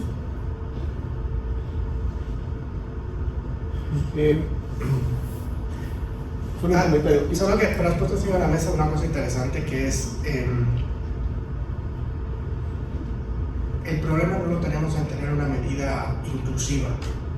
El problema lo tenemos en la manera en que esa medida inclusiva se ejecuta. O sea, eso al final es un tema de la ejecución, no de la inclusión. Y algo de fondo que quiero dejar como reflexión respecto de tu anotación es que cualquier medida de discriminación positiva en el planteamiento de la sostenibilidad operativa del negocio tiene que ser temporal. ¿Vale? De hecho, cuando yo explico por qué hace falta una estrategia de sostenibilidad, siempre lo comparo con una medida de discriminación positiva de diversidad e inclusión. La estrategia de sostenibilidad, igual que la cuota de género, por ejemplo, como medida de discriminación positiva, es temporal. Cuando tú ya llevas 2 estrategias de sostenibilidad, 6, 7, 8 años de ejecución de estrategias de sostenibilidad, lo siguiente no es una estrategia de sostenibilidad, es cuáles son los componentes de sostenibilidad dentro de la estrategia corporativa general. Punto. No necesitas una estrategia de sostenibilidad porque la sostenibilidad debe estar dentro de la estrategia transversal de la compañía. Que además eso es algo que Crédito ha hecho muy bien, particularmente en el Perú. Entonces, el Perú y en la región es un muy buen ejemplo de eso. Entonces, si nosotros pensamos que ese tipo de medidas son temporales, que ocurren para resolver una brecha que sin esas medidas nos llevaría años poder resolver, y la ejecutamos de una manera responsable, no deberíamos tener problemas. Pero es como todo, o sea, al final quienes nos pueden dar las mejores herramientas, que quienes usamos las herramientas son los humanos, y cada uno tenemos nuestras cosas. Y se generan estos ruidos, ¿no? Si ustedes ven las noticias de esta semana, o sea, hay una postura proactiva del Supremo de Estados Unidos para admitir denuncias de discriminación de población blanca y heterosexual. El país ayer, el país de América ayer. ¿No? Entonces, eso es paradójico de la mayoría hablando de medidas de discriminación generadas para resolver la situación de la minoría. Pero es que a lo mejor resulta que la implementación de las medidas no estaba siendo la adecuada. Es que ahí tenemos que entrar, ¿vale? Caso por caso, pero obviamente genera este ruido de fondo. Yo coincido totalmente que todo abona a la discusión victoria de Trump. Trump fue mayoritariamente votado dentro de la población latina. Y eso es una paradoja, pero nos ha explicado muy bien por qué, ¿no? Es un tema de seguridad de lo conseguido. Creo que había otra mano levantada. Sí, bueno, dos comentarios. Yo sí pienso que la economía mundial, si bien parecía que estaba bien, los riesgos en general son mucho mayores que antes, ¿no? Claro, uno piensa que lo que ve es lo que hay, muchas veces no es así, hasta que viene una sorpresa y dice, bueno, esto tenía tiempo, pero no había ocurrido y ahora es evidente, pero es muy tarde, ¿no? Entonces, yo quisiera solo pensar en que en general los riesgos globales de las economías están mucho más altos que antes, ¿no? Y como hay un riesgo latente, siempre es, digamos, algo va a pasar y pincha el globo, ¿no? Eso puede venir en cualquier momento, será Trump o será otra cosa, no tengo idea, pero no soy el cuento de que todo estaba mejor o iba bien. No, de la macro de Estados Sí, Unidos. o sea, a Estados Unidos le han bajado el rating hace 5 años, hace 2 semanas le bajaron el rating, puede ser que el PBI suba, pero un día se va a acabar por algún riesgo que está cocinándose hace tiempo, ¿no? Y de esos riesgos, ¿cuántos están relacionados estrechamente con una causa ESG? Pero bueno, yo creo que al final las decisiones de los políticos muchas veces ocasionan que los riesgos se vayan sumando. Yo no sé si el político o la forma en que vivimos nuestra democracia es la adecuada, porque al final creo que en todo el mundo los políticos no laboran por el interés público sino particular, aunque el teatro es otro, y al final dejan pasar cosas, hacen cosas que se van cocinando en el tiempo hasta que, por ejemplo, diga Trump con un discurso que conecta, ¿no? Porque quizás el otro discurso está haciendo cosas para que le convenga al partido o a su reelección, y de repente entonces Trump dice, acá tengo una oportunidad, da un discurso, la gente dice, sí, pues exactamente, ya el tema se ha ido mucho de un lado, vamos a vencer al otro lado. Entonces es un tema político que la gente aprovecha. Igual yo creo que no es para un interés general, sino es un interés partidario, político, personal, y al final la sociedad es la que termina siendo, digamos, bajando un poco los platos rotos de esta decisión. Pero nosotros, las empresas que estamos pensando en el medio y en el largo plazo, claro, yo creo que tenemos que ser consistentes. tenemos que integrar estos factores porque forma parte de esos riesgos emergentes que nos pueden afectar a nosotros. Sí. Vamos a ver qué pasa en Europa. Han escuchado noticias, ¿no?, relacionadas con lo que está pasando en Europa. Hay dos formas de leer las noticias, sobre todo del lado latinoamericano. La primera es el apocalipsis. Europa se suma a Estados Unidos, se acabó la sostenibilidad, ¿no? Justo hablábamos antes de Macron y el nuevo presidente alemán en contra de la sostenibilidad, Ursula von der Leyen, ni que decir, ¿no?, que es la presidenta de la Comisión. No es exactamente así, ¿vale? Lo que está pasando en Europa es que, sobre todo desde la aprobación del Pacto Verde Europeo en 2018, el Pacto Verde Europeo es como la autopista, ¿vale?, para que la economía europea pudiese mantener cierto grado de competitividad en el medio y en el largo plazo. Y es una economía que no lo va a hacer por escala, sino que lo tiene que hacer por valor agregado. Y ese valor agregado se lo aportaba soluciones tecnológicas sostenibles, la apuesta por el desarrollo de las energías renovables, la integración de talento diverso procedente de cualquier parte del mundo, etc.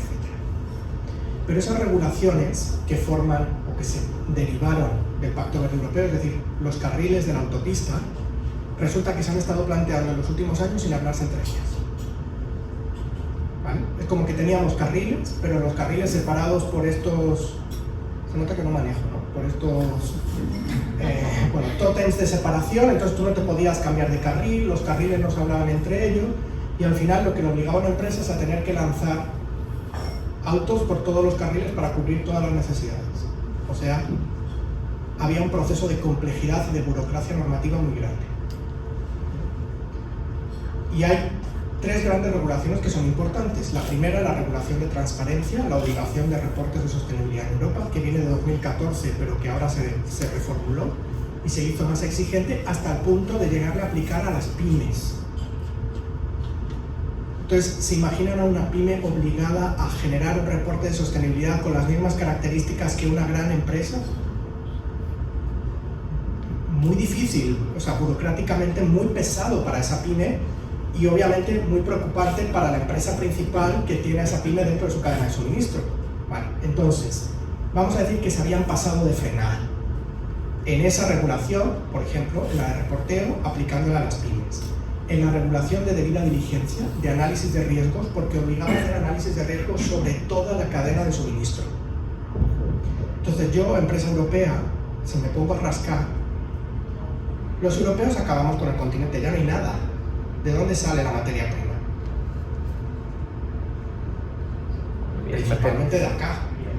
Terceros países, principalmente Latinoamérica. Entonces le estás diciendo a una empresa europea que tiene que analizar riesgos hasta el pequeño productor de cacao en Perú, en Ecuador, en México. Entonces, primero, conflicto porque empiezas a jugar con la invasión de la jurisdicción de terceros países. Y segundo, la enorme complejidad que le das a una empresa de tener que analizar los riesgos hasta el origen de la materia prima. Otro paso de frenada, ¿vale?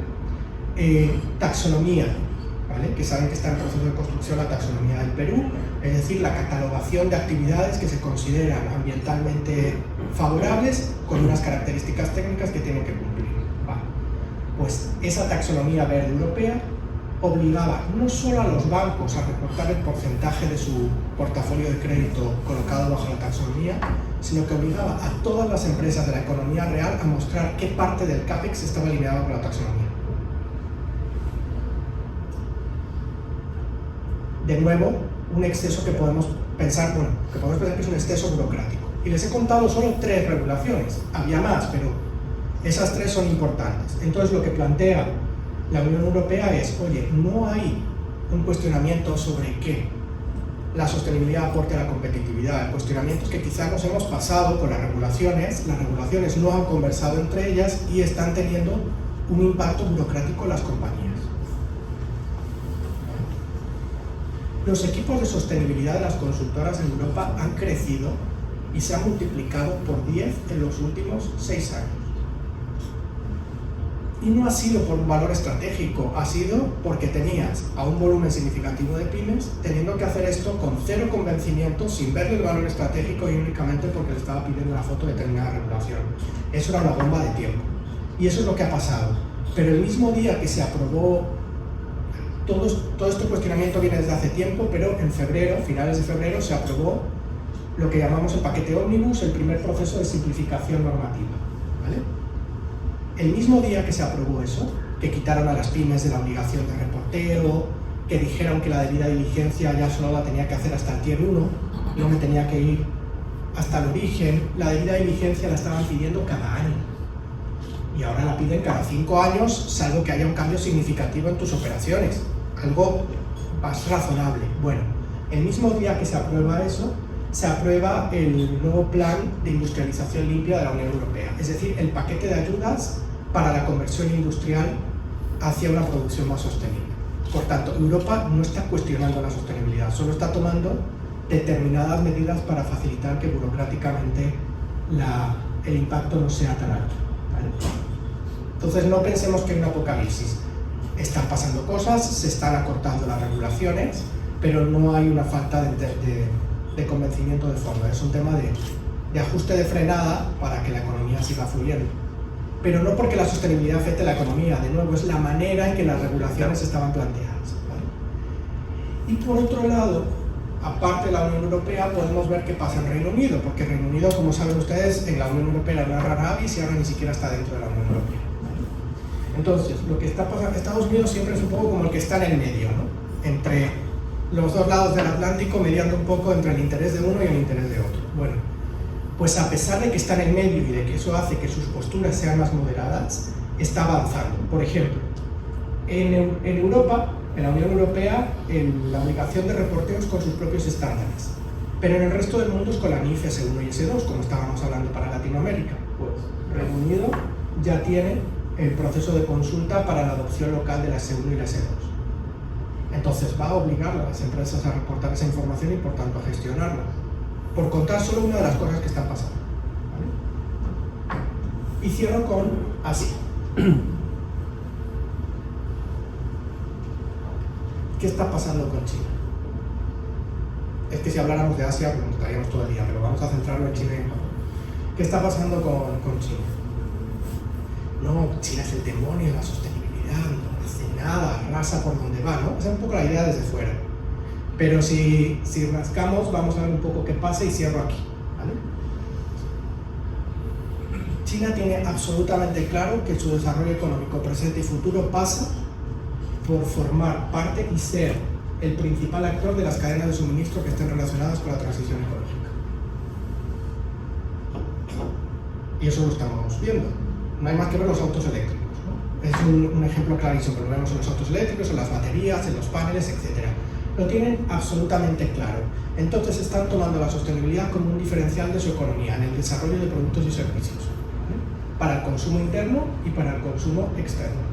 En América Latina y en África, pero vamos a hablar de América Latina, las inversiones chinas históricamente estaban en la extracción de las materias primas. No han salido de la extracción de las materias primas porque obviamente es componente fundamental de las baterías, de los paneles, etc.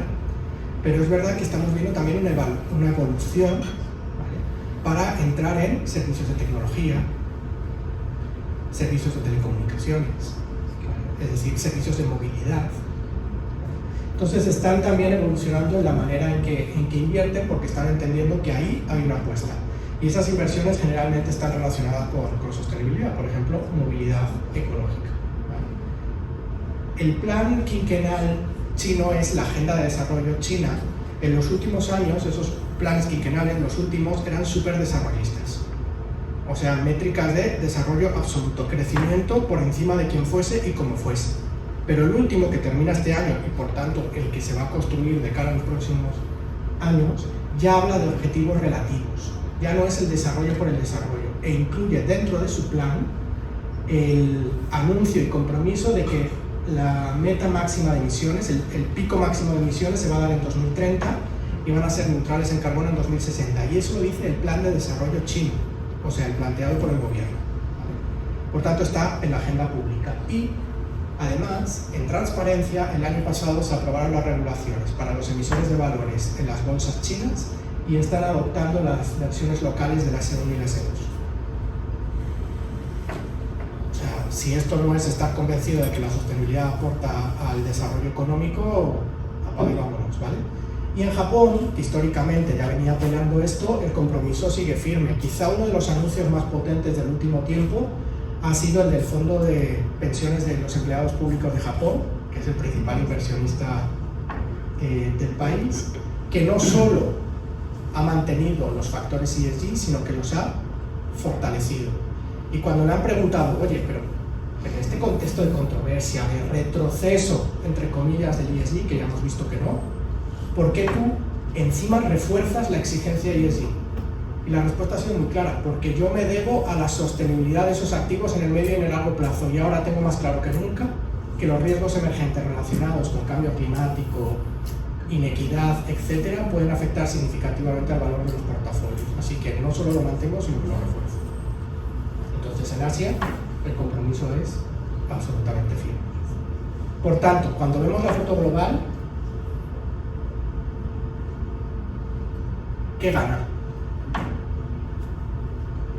Yo creo que un compromiso todavía claro y espero que todavía, bueno, espero no, estoy absolutamente convencido de que en el medio y en el largo plazo igual, sobre sostenibilidad, que lo que está pasando en Estados Unidos es muy puntual del momento y por una serie de factores que hemos estado conversando también. Entonces, cuando les dicen, no, es que se acabó el ESG, es que ya no tenemos que meternos en esto, háblenles de la foto global, háblenles de los beneficios que tiene la relación con los diferentes grupos de interés, porque ahí es donde está la clave.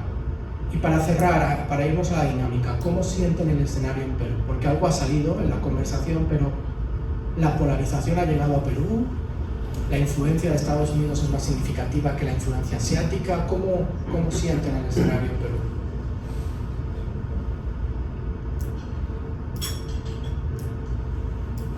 Yo trabajo en una empresa de capitales japoneses, Toyota. Entonces sí está, toda la dirección sí está bastante orientada al tema de la sostenibilidad y porque viene desde arriba, ¿no? Entonces creo que lo más importante en nuestras empresas es buscar, si queremos avanzar con el tema de sostenibilidad, que el mensaje venga del top management, ¿no? Eso sería muy importante y eso es lo que nos ayuda a nosotros.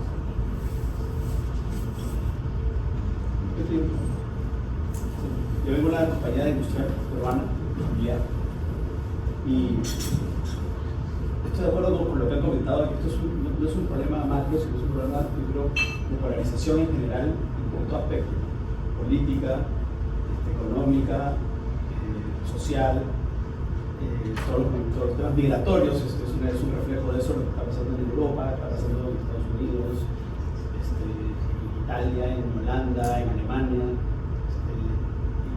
Y problema es cuando la gente se va a los extremos.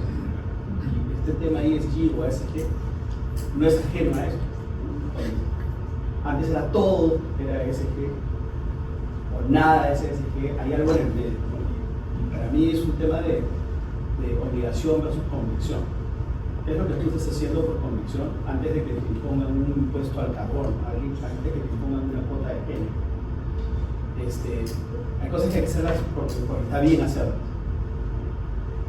Particularmente en la industria nuestra, hay unos objetivos fantásticos de descarbonización, con objetivos de sacar neutrales al 2050 y reducción significativa al 2030. Pero hay una gran diferencia entre lo que es Europa y lo que es Estados Unidos y lo que es Perú. En Perú nosotros no tenemos el desarrollo, todavía falta muchísimo CO2 que quemar para poder llegar a la sostenibilidad, para ser sostenibles en el tiempo, me refiero a estar desarrollados. La gente necesita, todavía hay mucha gente que vive aquí en pobreza, vivimos donde vivimos, y tenemos que darle infraestructura, tenemos que darle hospitales, tenemos que darle colegios, tenemos que darle pistas. Ese trabajo ya está hecho en Europa. Ese CO2 ya está quemado. Entonces no se puede pensar en una sola receta para todos, porque esto cuesta un montón de plata. O sea, para los CFOs de aquí, cuando nos dicen que hay que olvidarse de ESG, estamos contentos. Es bastante menos CAPEX que tenemos que hacer, que no tiene EBITDA, es protector de EBITDA, pero no es generador de EBITDA. Creo que hay que tener cuidado con los extremos y más bien estar por convicción, más que estar esperando a que aquí el gobierno de turno nos obligue a hacer algo. Ahí yo quiero complementar, porque es cierto lo que comentas, que ahorita de repente no es generador de vida, pero en el rubro en el que estoy, que es empresa para presión de prendas de textil, clientes, como la voz, Secobani, que te exige. Entonces, ahí ya ves que realmente sigue generando mucho depende. Esto es dinámico, ¿no? Ya las empresas, los consumidores mismos, ahora consumen si ven que es algo amigable mentalmente, tiene decisiones de forma. Entonces, creo que el error que tenemos ahorita con los hijos, aparte de revisar los números que normalmente se da la compañía, ya es mirar una visión más de largo plazo, estratégica que tenemos. Un pronunciamiento más, porque vamos contra el tiempo, entonces yo creo que la dinámica grande no la vamos a hacer y sí me gustaría que nos quedemos en estas reflexiones, en estas ideas iniciales que tienen de partida. Yo solo voy a anotar una cosa en relación a lo que señalabas, y creo que es importante la contextualización de las cosas. Entonces, y voy a poner un ejemplo muy claro. Hay parte del financiamiento internacional asociado a sostenibilidad que considera que el gas natural no es una solución objeto de financiamiento sostenible, porque sigue siendo un combustible fósil. Sin embargo, cuando tú ves el déficit energético en América Latina de accesibilidad de la población, y lo hablamos con la compañía gasista en el Perú. Si no llevas gas natural, ¿qué alternativa tienes? Es decir, tienes que primero garantizar la disponibilidad de la energía en el territorio para la población y luego ya te replantearás la conversión de esas fuentes. Entonces siempre tenemos como que contextualizar bien esas cosas. Entonces lo que veíamos en ese caso es que esos financiamientos podían no plantearse desde un punto de vista ambiental y plantearse desde un punto de vista social, de accesibilidad a la energía, es decir, buscar un componente social. Pero siempre hay que contextualizar las cosas. Cuando hablamos de transición energética en América Latina, hablamos de transición energética justa, ¿vale? Porque obviamente necesitamos alcanzar niveles de desarrollo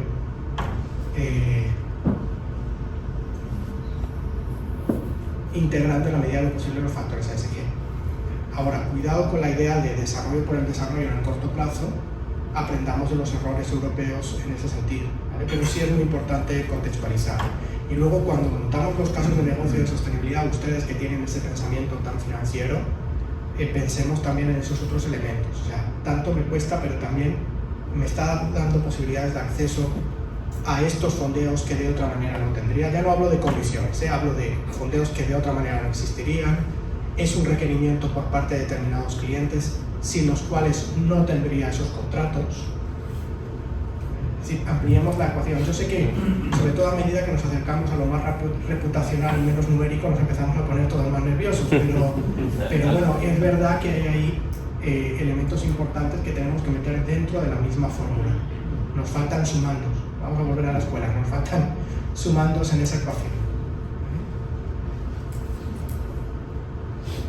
Yo tengo un par de reflexiones y las voy a comentar desde la experiencia que hemos tenido en Cali. Voy a tomar algo también de lo que comentó Gianfranco al inicio de la sesión, donde la clave está en encontrar aquello que se ha ligado a tu negocio. En Cali ya hace mucho tiempo iniciamos un programa de conducción gratuita de comedores populares. Obviamente es una inversión, en ese momento es difícil cuantificar cuál sería ese retorno, pero al final terminó siendo un programa que hoy ha crecido muchísimo, reconocido, mucha reputación, a la que se han sumado una serie de distintos aliados, ¿no? Otras empresas me refiero, y de lo que antes era simplemente conectar y cambiar la cocina del comedor, ahora se moderniza completamente todo el local. No lo hacemos solos, obviamente hay estos aliados, pero la imagen que finalmente, el retorno reputacional que tienen, que no se puede medir finalmente pues, en dólares necesariamente, sí termina siendo muy grave. Entonces, necesitamos grabar esto, por favor. Me estás dando la alegría del día de escucharte decir eso. Es interesante. Y lo segundo, y de hecho es algo en lo que estamos trabajando, cuando comentaste respecto de los resultados de Vita, tal vez el resultado está más abajo, ¿no? A nivel de utilidad y finalmente sobre los gastos financieros, ¿no? Que hoy no hay penalidad, ¿no? Pero ya como eso viene desde arriba y estoy convencido que hay un tema político no necesariamente bueno, es la realidad que vivimos. Agencias multilaterales, por ejemplo, y otras bancas determinadas tienen pues estos estándares, tienen también sus ventajas. De hecho, nosotros estamos ahora trabajando con una que finalmente versus la banca comercial con la que trabajan seguramente todos, representa finalmente un ahorro, ¿no?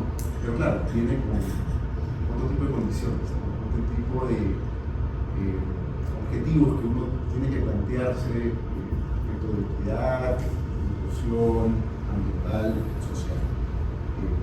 Y claro, eso si empiezas desde cero, puede ser una carga grande, puede ser un costo que va a ser difícil asumir en un momento cuando todos tenemos un presupuesto de cumplir.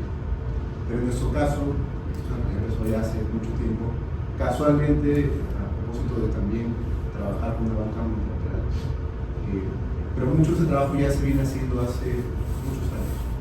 Entonces, el haber hecho esa inversión a lo largo de tanto tiempo finalmente abre la oportunidad para poder, digamos, acceder a ese tipo de financiamiento que termina siendo más barato realmente y de su préstamo.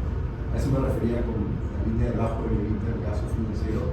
Realmente, oye, sí, has invertido, pero oye, acceder a esto y darte esos 10, 15 básicos o lo que fuese sobre un préstamo bastante grande, te pagó todo lo que se hizo al lado de eso. Quería dejar una cosa.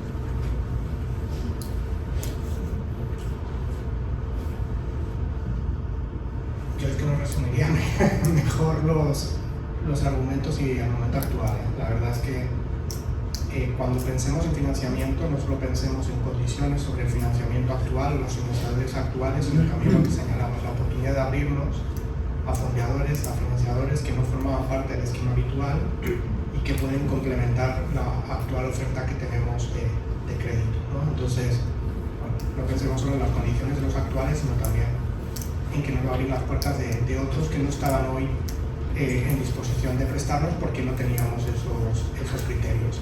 Y también pensemos en que la adopción de esos criterios, por ejemplo, los requerimientos de un IFC o de un BitInvest, no son un capricho que nosotros tengamos que hacer por capricho de IFC o de BitInvest, sino que veamos también cómo aporta a ese fortalecimiento del modelo de negocio y la gestión de riesgos dentro de nuestra organización, más allá de que sea un requerimiento en este momento particular de ese fondeado, ¿sí? Es decir, no lo hagamos para generar el reporte para la IFC, sino hagámoslo porque fortalece nuestra gestión de riesgos. Por ejemplo, el análisis de riesgos climáticos, hagámoslo por esa razón. No sé si hay algún pronunciamiento más. Yo sé que estamos con el tiempo, pero si nadie más tiene algún pronunciamiento, entonces cerramos aquí. Ahora vemos cómo nos organizamos para la siguiente sesión, entonces te cedo la palabra y nos vamos organizando y nada. Muchísimas gracias e invitarles a una participación activa a lo largo de todo.